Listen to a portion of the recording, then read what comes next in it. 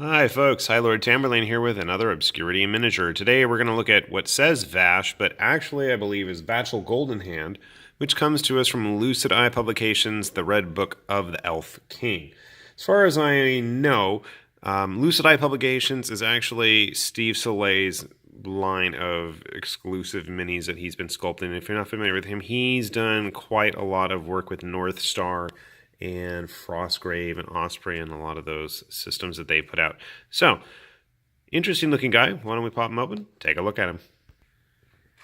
So here we have Vachel Goldenhand and all of his pieces, which don't consist of a whole lot. Basically, we've got his, what is it? His cape, his shield right there. Can't think. He's got a very, what I would like to call Atlantean look to him. I don't know if that's the appropriate term. Hyobrean, as I get him completely out of focus there. That helmet of his reminds me of Thulsa Doom in the old Conan movie for some reason, but very Bronze Age looking, very fancy looking sword. Pretty simplistic in terms of the overall figure look, but I really liked it. Sometimes simplicity is a nice thing. I've always been a fan of Steve Soleil's sculpts, even when he was first starting out. Some of his earlier stuff with Osprey and North Star, a little bit rough, but I mean, the guy has really been plugging away at it for quite a few years and coming up with some really nice sculpts. The problem is, his Lucid Publication stuff is not the easiest to come by in the States. I haven't really seen it in stores. There's just a few people that seem to carry it online. So I had to suck it up and just go ahead and order a bunch of stuff online, and hopefully it'll arrive soon. But he was kind of my taster choice. He had a nice look, and hopefully I can get him into a game of Frostgrave or Song of Blades and Heroes or something. But why don't we take a look at how he stacks up? And we have a couple of random human figures here. So he's a little on the taller side. I don't know if that was intentional.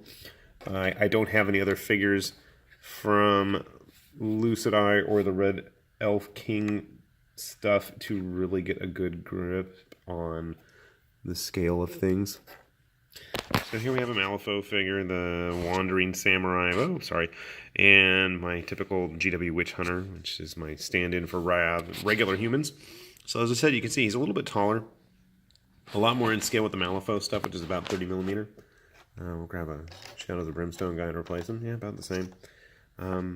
Maybe he's supposed to be... I know he's supposed to be some kind of a hero in the game, so I don't know if he's like a special, super unique guy, or if all the figures are the same scale. So that's something I'm going to look at after I get my order in, and we'll see how that stacks up and compares. But very nice quality. The casting itself didn't require any cleanup, obviously. I mean, it looks like a little bit of trim there on the top of his helmet. That shouldn't be too bad. His sword is a bit wavy, but we can fix that. That's not a big deal. Oh. Anyways, interesting figure. It's not a look that we see very often these days. It almost seems like a bit of a throwback to the late 80s, early 90s in terms of what he's wearing. And I don't mean, obviously, it's kind of Celtic looking, kind of Romanesque, but yeah. Nice figure overall. Hopefully we'll get him painted and we can show him off at that point. But just something new to point out to you folks if you're looking for some kind of a warrior character that's not your usual half-naked barbarian or Warcraft-inspired paladin in, 6 feet tall armor. Something different for you. So, with that said, I'm going to take off. This has been Lord Tamberlane with Obscurities and Miniatures, and hope you enjoyed it. Thanks for watching.